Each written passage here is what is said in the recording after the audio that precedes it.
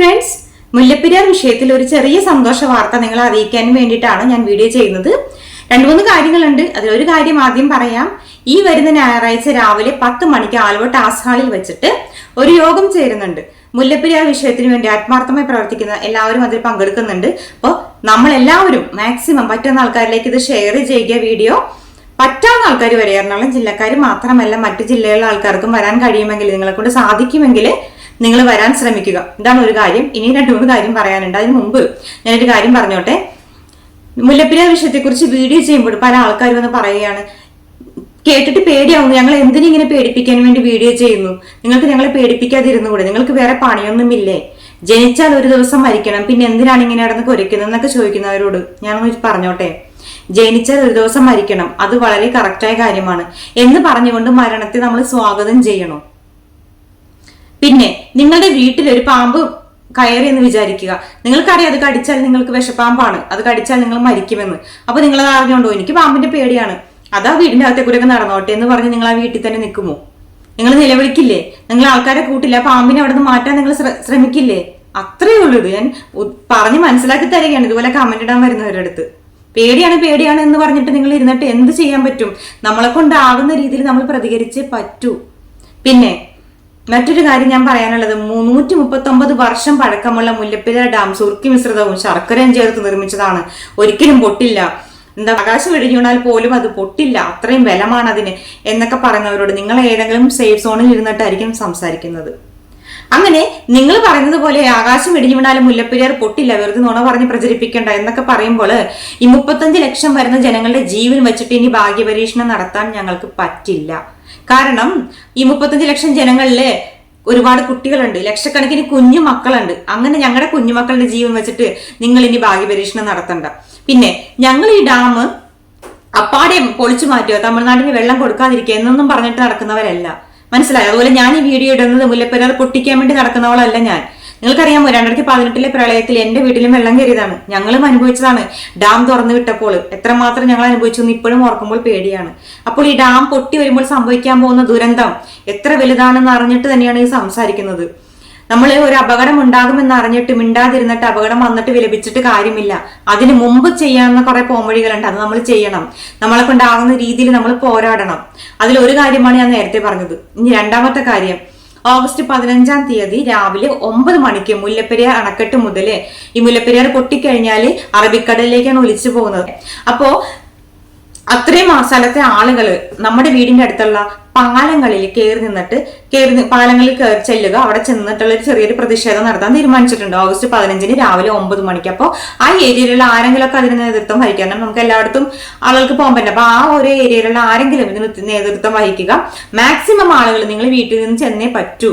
നമ്മൾ നമ്മുടെ ജീവന് വേണ്ടിയിട്ടാണ്. നിങ്ങൾ ഒരുപാട് ആൾക്കാർ കമന്റ് ഇട്ടു, നമ്മൾ നിരാഹാര സമരം ചെയ്യണോ, നമ്മൾ തെരുവിൽ ഇറങ്ങണോ, എന്ത് വേണമെങ്കിലും ചെയ്യാന്നൊക്കെ പറഞ്ഞ് ഒരുപാട് കമന്റ് ഇട്ടു. അപ്പൊ നമ്മളങ്ങനെ കമന്റ് ഇട്ടത് കൊണ്ടായില്ല. ഓഗസ്റ്റ് 15-ന് 9 മണിക്ക് നമ്മൾ ആ പ്രതിഷേധം പ്രകടിപ്പിക്കാൻ എല്ലാവരും ഇറങ്ങണം.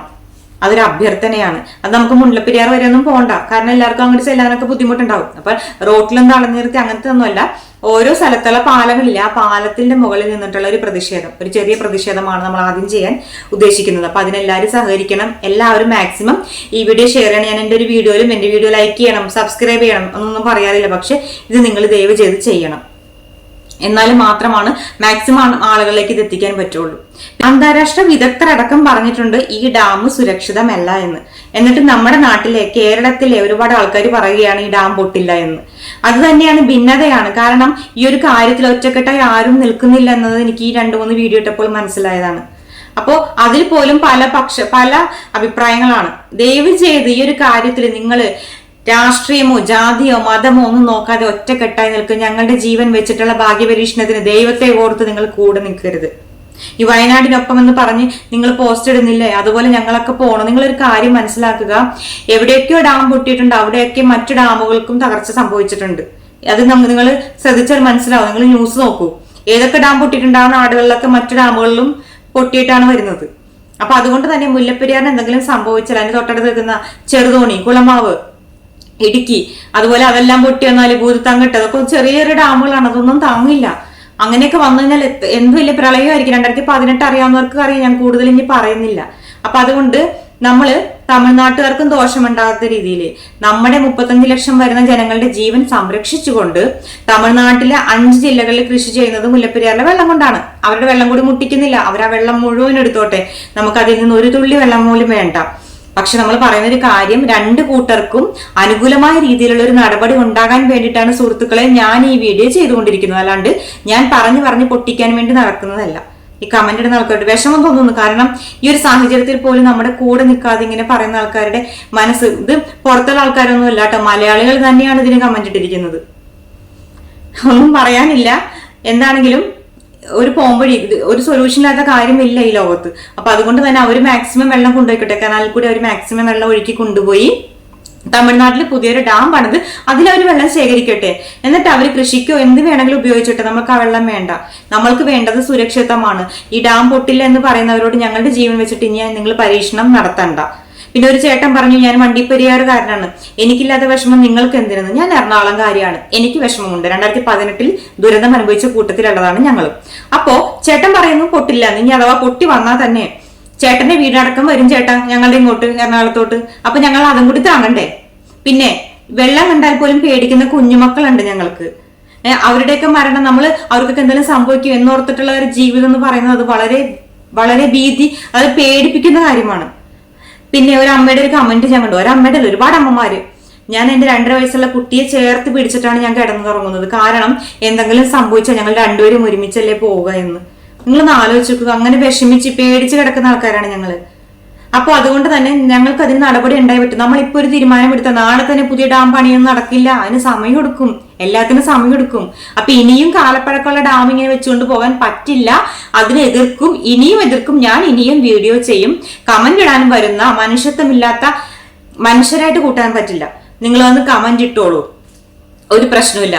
വയനാട്ടിലെ ഒരമ്മ കുഞ്ഞു മോളെയൊക്കെ ചേർത്തിട്ട് അമ്മ കാട്ടിലേക്ക് ചെന്നപ്പോൾ ഒരു കൊമ്പൻ വന്നു നിന്നു പറഞ്ഞു. ആ കൊമ്പൻ അമ്മയെ ഒന്നും ചെയ്തില്ല, സംരക്ഷണമായിട്ട് രാവിലെ വരെ കാവൽ നിന്നു പറഞ്ഞു. മൃഗങ്ങൾക്ക് പോലും മനുഷ്യത്വമുണ്ട്. പക്ഷേ നമ്മുടെ നാട്ടിലെ പല ആളുകൾക്കും ആ ഒരു സാധനം തൊട്ട് നീണ്ടിട്ടില്ല എന്ന് എനിക്ക് കമന്റിൽ നിന്ന് മനസ്സിലായി. വിഷമമുണ്ട് കേൾക്കുമ്പോഴും. ഇവരൊക്കെ സ്റ്റാറ്റസ് റെഡിയാക്കി വെച്ചിരിക്കുകയായിരിക്കും നമ്മുടെയൊക്കെ മരണം സംഭവിച്ചതിന് ശേഷം ഇടാൻ വേണ്ടി. അല്ലെങ്കിൽ ഒരിക്കലും അത് പറയില്ല. നമ്മൾ മുല്ലപ്പെരിയാർ പൊട്ടിച്ചു കളഞ്ഞ് വെള്ളമൊക്കെ മൊത്തം വറ്റിച്ചു കളഞ്ഞ് അവർക്ക് തമിഴ്നാട്ടുകാർക്ക് കഷ്ടത ഉണ്ടാക്കാൻ വേണ്ടിയിട്ടല്ല നമ്മൾ പറയുന്നത്. നമ്മൾക്കും കൂടി അനുകൂലമായ രീതിയിലുള്ള ഒരു സൊല്യൂഷന് വേണ്ടിയിട്ടാണ് നമ്മൾ പോരാടുന്നത്. മാക്സിമം നിങ്ങൾ ഷെയർ ചെയ്യണം. മാക്സിമം നിങ്ങൾ ആഗസ്റ്റ് 15-ാം തീയതി നമ്മൾ നിരത്തിൽ ഇറങ്ങണം. റോഡിലല്ല, ഞാൻ പറഞ്ഞ പോലെ പാലത്തില്. അങ്ങനെ നമ്മൾ ചെയ്യണം, ചെയ്യാതിരിക്കരുത്. മാക്സിമം എല്ലാവരും ഇറങ്ങണം, പ്രതികരിക്കണം. അതിലും നമുക്ക് ഒന്നും പറ്റിയില്ല എന്നുണ്ടെങ്കിൽ നമ്മൾ ഇനി അടുത്ത ഒരു മാർഗത്തിലേക്ക് കടക്കുന്നതായിരിക്കും. അതുപോലെ ഒരു പെറ്റീഷൻ ഞാൻ കഴിഞ്ഞ വീഡിയോയിൽ തന്നിട്ടുണ്ടായിരുന്നു. ഈ വീഡിയോയിൽ ഞാൻ ലിങ്ക് ഇടാം. ആ പെറ്റീഷനിൽ നിങ്ങൾ സൈൻ ചെയ്യുക, പേരെഴുതുക, പേര് ഇമെയിൽ ഐ ഡി ഒക്കെ എഴുതുക, അതിൽ സൈൻ ചെയ്യുക. മാക്സിമം ആ പെറ്റീഷൻ നമുക്ക് പാസ് ചെയ്തേ പറ്റൂ. ഓണറബിൾ പ്രൈം മിനിസ്റ്റർക്ക് കൊടുക്കാനുള്ള ഒരു പെറ്റീഷനാണ്. അപ്പൊ അത്രത്തോളം ജനങ്ങളുടെ ഒപ്പ് കിട്ടിക്കഴിഞ്ഞാലേ നമുക്കത് ഗുണകരമാകും.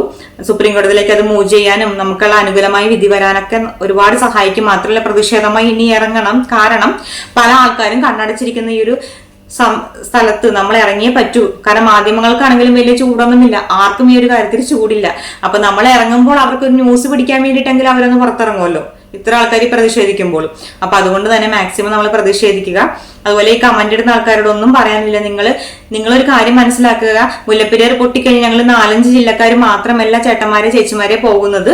ഈ കടലിലേക്ക് പോയാൽ ഈ കടൽ ഒരു തിരിച്ചടിക്കും. അതിന് സുനാമി എന്ന് പറയും, കേട്ടിട്ടില്ലേ? ഈ സുനാമി തിരിച്ചടിക്കും.